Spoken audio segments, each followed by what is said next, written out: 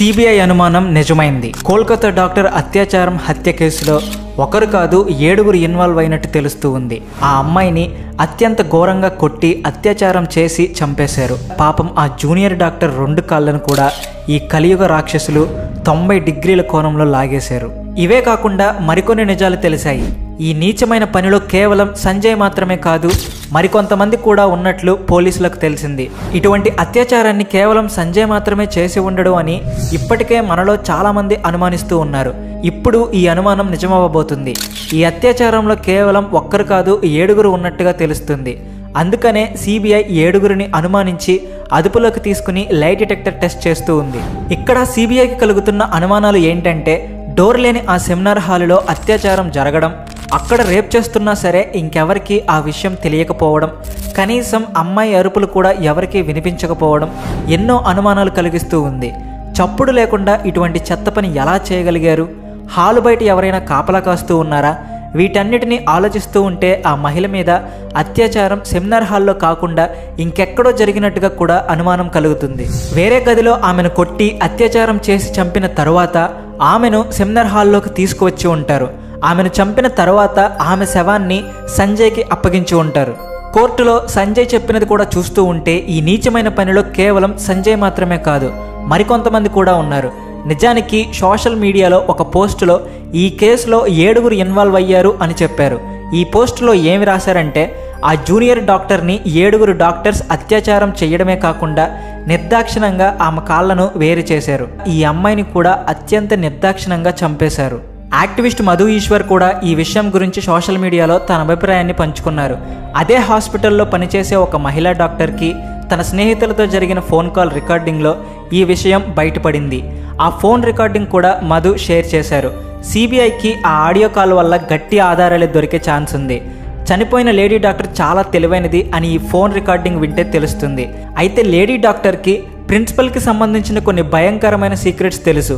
అందుకనే ఎన్నోసార్లు ఆమెను బెదిరించారు. అయినప్పటికీ ఆమె ఏమాత్రం భయపడలేదు.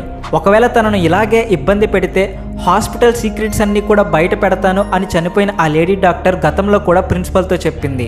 ఇలా చెప్పిన తర్వాత కూడా ఆమెను ఎన్నో ఇబ్బందులకు గురి చేశారు. ఆమెకు ఇష్టం లేకపోయినా సరే నైట్ షిఫ్ట్లకు వేసేవాళ్ళు. వర్క్ ప్రెషర్ కూడా ఆమెకు ఎంతో ఉండేది. ఆ హాస్పిటల్లో పనిచేసే చాలామంది డాక్టర్స్కి ఈ లేడీ డాక్టర్ని ప్రిన్సిపల్ టార్గెట్ చేశాడు అనే విషయం కూడా బాగా తెలుసు. అయితే ఆమెకు సపోర్ట్ చేసే వాళ్ళు మాత్రం ఒక్కరూ లేరు. ప్రిన్సిపల్కి మాత్రం కొంతమంది సపోర్ట్ లభించింది. వారిలో జూనియర్ డాక్టర్స్ కూడా ఉన్నారు. ఆగస్టు 9న వీళ్ళందరూ కలిసి ఈ అమ్మాయి అడ్డు తొలగించుకోవాలి అని ప్లాన్ చేశారు. ఈ అమ్మాయిని అత్యాచారం చేసి చంపాలి అనేది ముందే ప్లాన్ చేశారు అని కూడా మనకు తెలుస్తూ ఉంది. మధు షేర్ చేసిన కాల్ రికార్డింగ్లో చనిపోయిన లేడీ డాక్టర్ని సెమినార్ హాల్లో ఒంటరిగా పడుకోమని జూనియర్ డాక్టర్స్ చెప్పారని కూడా తెలిసింది. మరికొంతమంది స్టూడెంట్స్కి ఆ సెమినార్ హాలు అండర్ కన్స్ట్రక్షన్లో ఉందని, అక్కడికి ఎవరూ వెళ్ళకూడదని కూడా రూమర్స్ క్రియేట్ చేశారు. అందుకనే సెమినార్ హాల్లోకి ఎవరూ వెళ్ళలేదు. ఈ కాల్ రికార్డింగ్లో మరొక విషయం కూడా తెలుస్తుంది. ఇదే సెమినార్ హాల్లో ఈ లేడీ జూనియర్ డాక్టర్తో పాటు మరో 4 జూనియర్ డాక్టర్స్ కూడా కలిసి డిన్నర్ చేశారు. ఈ 4 కూడా సిబిఐ అదుపులోకి తీసుకుంది. డిన్నర్ తర్వాత చనిపోయిన ఆ అమ్మాయిని సెమినార్ హాల్లోనే ఒంటరిగా పడుకోమని జూనియర్ డాక్టర్స్ చెప్పారు. ఆ 4 జూనియర్ డాక్టర్స్ ఆ తర్వాత మద్యం సేవించారు. కాసేపటి తర్వాత తిరిగి సెమినార్ హాల్లోకి వచ్చి ఆ అమ్మాయిని నిర్దాక్షిణంగా కొట్టి అత్యాచారం చేసి చంపేశారు. ఈ విషయంలో ఒక మహిళా జూనియర్ డాక్టర్ కూడా హెల్ప్ చేసింది అని సమాచారం. ఈ 4 2 కలిసి లేడీ డాక్టర్ 2 కాళ్ళను పట్టుకొని బలంగా లాగడంతో ఆమె తొడ ఎముకలు విరిగిపోయాయి. ఆ తరువాత బోట్లతో ఆమెను తన్నడం మొదలుపెట్టారు.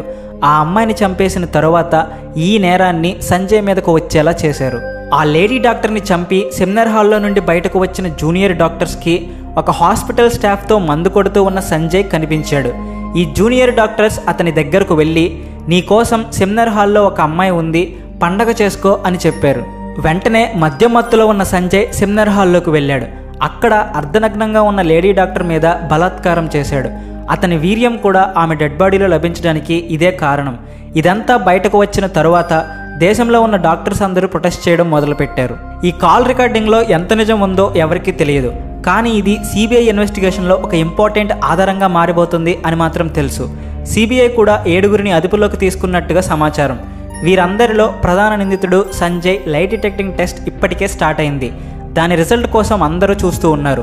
ఇతనితో పాటు ఆ కాలేజీ ప్రిన్సిపల్ని కూడా ఇంటరోగేట్ చేస్తూ ఉన్నారు. జూనియర్ డాక్టర్తో కలిసి డిన్నర్ చేసిన మిగిలిన ఆ 4 డాక్టర్స్ని కూడా అదుపులోకి తీసుకున్నారు.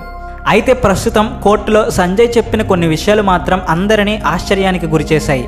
ఆగస్టు 23న సంజయ్ని 14 రోజుల పాటు రిమాండ్కి తరలించాలని కోర్టు ఆదేశించింది. ఇదే సమయంలో అతను పాలిగ్రఫీ టెస్ట్ కోసం కూడా సిద్ధమయ్యాడు. పాలిగ్రఫీ టెస్ట్ కోసం సంజయ్ ఒప్పుకోవడంతో ఆశ్చర్యపోయిన మెజిస్ట్రేట్ సంజయ్ని ఇదే విషయం అడిగాడు.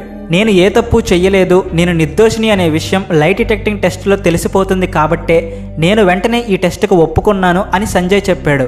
తనను కావాలని ఈ కేసులో ఇరికిస్తున్నారు అని సంజయ్ చెప్పిన మాటలు ప్రతి ఒక్కరిని షాక్కి గురిచేశాయి.